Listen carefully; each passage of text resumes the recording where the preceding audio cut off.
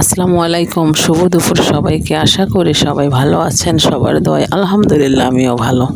তো আজকে আমি কচু শাক রান্না করতেছি, মসুর ডাল, দেশি আলু দিয়ে ঘন্ট করব। ওই ভিডিও আপনাদের কাছে নিয়ে আসছি। শুরু থেকে শেষ পর্যন্ত আমার ভিডিও আপনারা বেশি বেশি ফলো করবেন।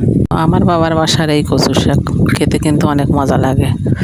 তো কচু শাকটা ভালোভাবে ধুয়ে পরিষ্কার করে প্রেসার কুকারে দিয়ে মসুর ডাল পরিষ্কার করে দিয়েছি, আবার আলু কেটে দিয়েছি, পরিমাণ মতো আদা রসুন মশলা সব কিছু দিয়েছি। দিয়ে এখন আমি কচু শাকের তরকারিতে হালকা একটু পানি দিয়ে ঢেকে রাখবো সিদ্ধ হওয়ার জন্য। তো আমার কচু শাকটা সিদ্ধ হয়ে গেছে। আমি এখন ঘুটনি দিয়ে ভালোভাবে কচু শাকটা নেড়ে নিচ্ছি।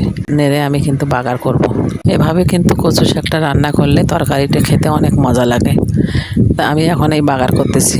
বাগারের মধ্যে আমার পেঁয়াজ রসুন জিরে দিয়ে আমি বাগার করতেছি। তো এখন আমি কচু শাকের মধ্যে ঢেলে দিচ্ছি বাগারটা। তো আমার এই ছোট্ট ভিডিওটি আপনাদের কেমন লেগেছে? ভালো লাগলে লাইক কমেন্ট শেয়ার করবেন এবং আমার পেজটিতে বেশি বেশি ফলো দিয়ে আমার পাশে থাকবেন। ধন্যবাদ সবাইকে। আল্লাহ হাফেজ।